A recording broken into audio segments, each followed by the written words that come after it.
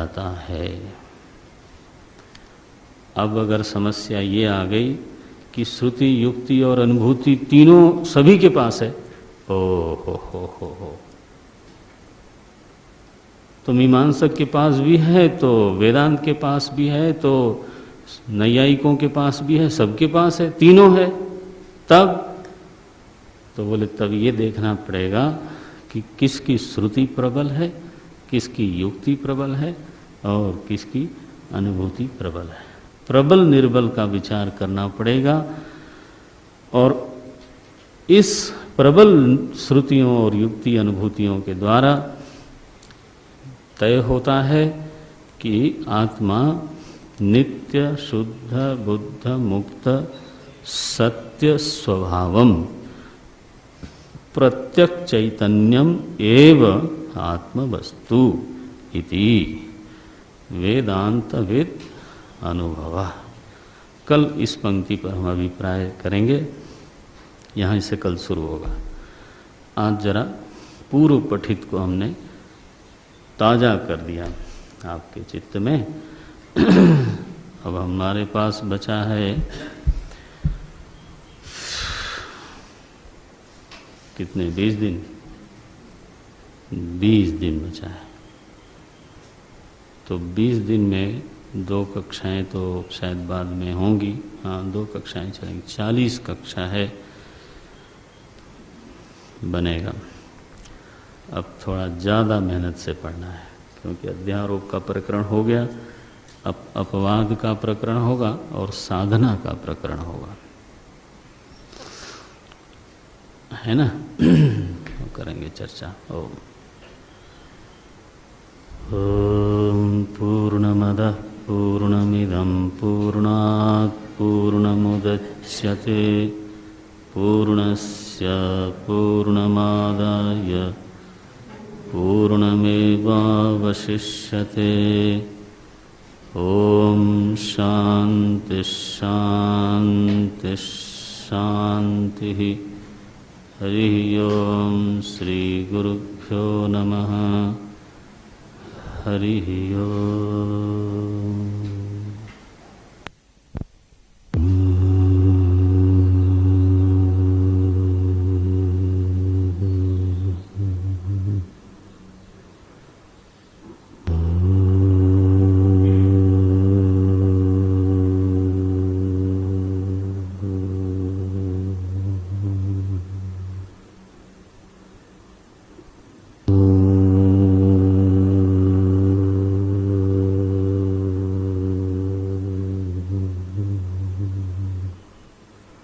स्वामी जी ने ये प्रतिपादन किया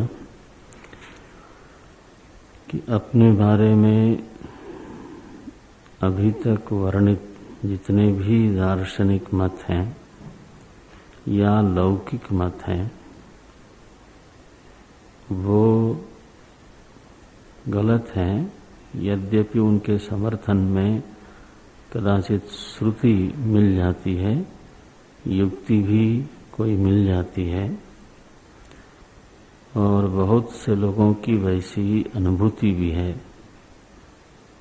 श्रुति युक्ति अनुभूति होने पर भी उनमें दोष है। उसका एक कारण तो यही है कि प्रबल श्रुति से, प्रबल युक्ति से और प्रबुद्ध लोगों की अनुभूति से तो पूर्व मतों का विरोध होता है, खंडन होता है। प्रबल श्रुतियां हैं, बहुत सारे उपनिषदों की श्रुतियां यहाँ इकट्ठा की हैं। प्रत्यक ये श्रुति का ही मंत्र है। प्रत्यक अस्थूलः अचक्षुः अप्राणः अमना अकर्ता चैतन्यम चिन्मात्रम सत्। ये एक एक जो श्रुति का उदाहरण है वो एक एक मत का विरोध करते हुए है, वो हम दिखा चुके हैं। सत का विरोध किससे? शून्यवाद से, इस तरह से। चिन्मात्रम का विरोध अज्ञानोपहित चेतन से। ऐसे उसको मिला लेना। और प्रबल युक्ति क्या है, तो बोले कि जितने भी आपने मत बताए हैं, तो उन सभी मतों में प्रतिपादित जो आत्मा है वो दृश्य रूप में है। पुत्रादि शून्य पर्यंतस्य जड़स्य चैतन्य भाष्यत्वेन, वो सभी के सभी चैतन्य से भासित होते हैं। चैतन्य भाष्यत्वेन घटादिवत अनित्यत्वात्, ये हेतु है। तो यद दृश्यम तज्जड़म तन्नश्यम तद हेयम। तो जो जड़ है, दृश्य होते ही उसमें जड़त्व आ जाता है, जड़त्व आते ही उसमें नश्यत्व आता है, और जो नाशमान है वो हेय है। दृश्य होते ही एक और लक्षण प्रकट होता है, जो दृश्य है वो बहिरंग है। जो बहिरंग है वो आत्मा नहीं हो सकता। तो ये प्रबल युक्तियां हैं। जितने भी मत अभी तक बताए हैं वो सभी के सभी दृश्य कोटि में आते हैं। जैसे उन्होंने बुद्धि को आत्मा कहा, तो वह भी दृश्य कोटि में ही है। विज्ञान आत्मा को जैसे उन्होंने आत्मा कहा, वो भी दृश्य कोटि में आता है। सुषुप्ति भी दृश्य कोटि में आती है। सुषुप्ति का जो अनुभव है वह भी दृश्य कोटि में ही आता है। तो वो बैठ के इस युक्ति को घटाना चाहिए कि जितने मत बताए हैं उन सभी मतों में प्रतिपादित जो आत्म तत्व है उसमें दृश्यत्व का लक्षण है या नहीं है। अगर तो दृश्यत्व का लक्षण है तो वो अनात्मा एवं। अगर तो वो दृश्यत्व के लक्षण से विरहित है, तब उस पर विचार किया जा सकता है। तो यहाँ एक हेतु है, इसमें दो फल निकलते हैं। हेतु क्या है? भाष्यत्वेन घटादिवत अनित्यत्वात्। जिनका जिनका आप आत्मा के रूप में नाम लेते हो वो सभी के सभी भाष्यत्वेन, वो सभी के सभी दृश्य हैं। दृश्य होने से घटादिवत, घट की तरह हैं। और घटादिवत होने में लक्षण सामान्य क्या है? अनित्यत्वात्। वो सबके सब अनित्य हैं, बहिरंग हैं। विद्वत अनुभव प्राबल्याच्च। तो अनुभव की बात तो ठीक है, लेकिन सभी के अनुभव का मूल्य एक जैसा नहीं होता। सभी के अनुभव का वजन एक जैसा नहीं होता। अनुभव शब्द व्यापक है और उसका कोई भी प्रयोग कर सकता है।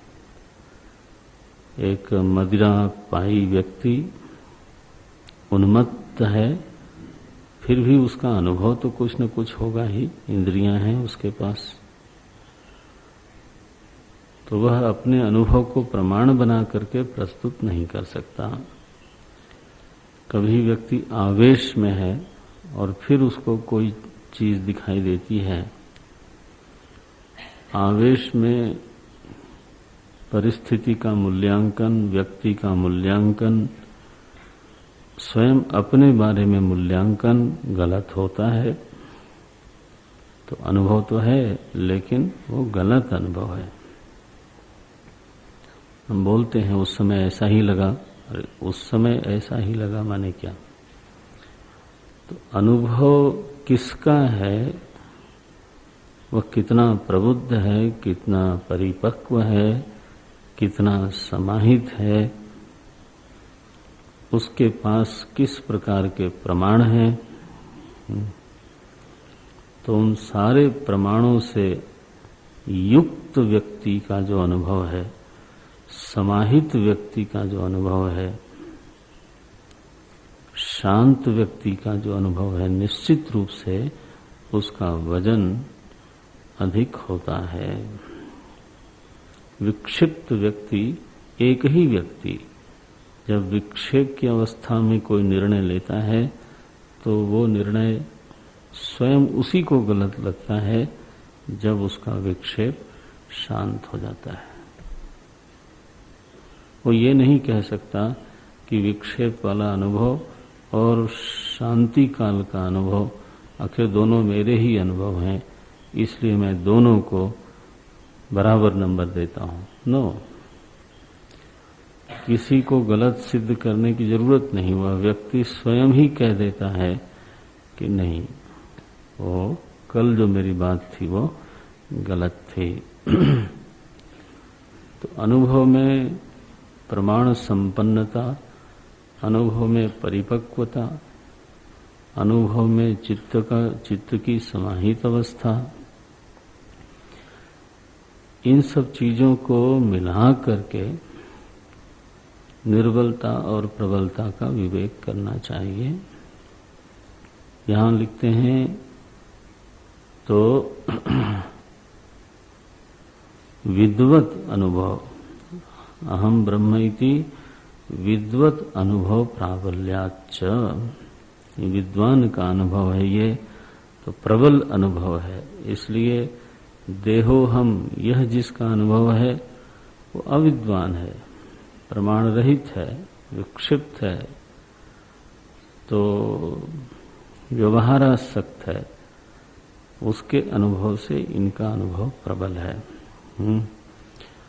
जो शून्यवादी हैं वो भी समाहित होते हैं, समाधिशील होते हैं, परिपक्व भी होते हैं, विवेकी भी होते हैं, लेकिन प्रमाण रहित हैं।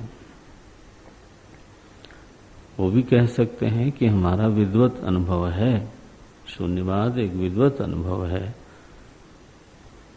विज्ञान को आत्मा मानने वाले लोग भी विद्वान हैं और समाहित लोग हैं। यहाँ तक कि जड़ को आत्मा मानने वाले लोग भी समाहित लोग हैं। महर्षि गौतम, महर्षि कणाद ऋषि का दर्शन है वो। तो समाहित अवस्था बराबर होने पर भी, तप तपस्या बराबर होने पर भी प्रमाण रहित होने के नाते तो दोष आ गया, अनुभव में कमी आ गई। अनुभव जो है वो उसमें जो सटीकता है, परिशुद्धि है, उसके दो हेतु हैं। एक तो प्रमाण की शुद्धि चाहिए और एक प्रमाता में शुद्धि चाहिए। दोनों में शुद्धि हो तभी अनुभव में शुद्धि आती है। देखो हमारे यहाँ दर्शन में एक बड़ी छोटी सी साधारण सी कहानी आती है कि एक हाथी है और उसके आकार का निश्चय करने के लिए तो कुछ अंधे लोग जुटे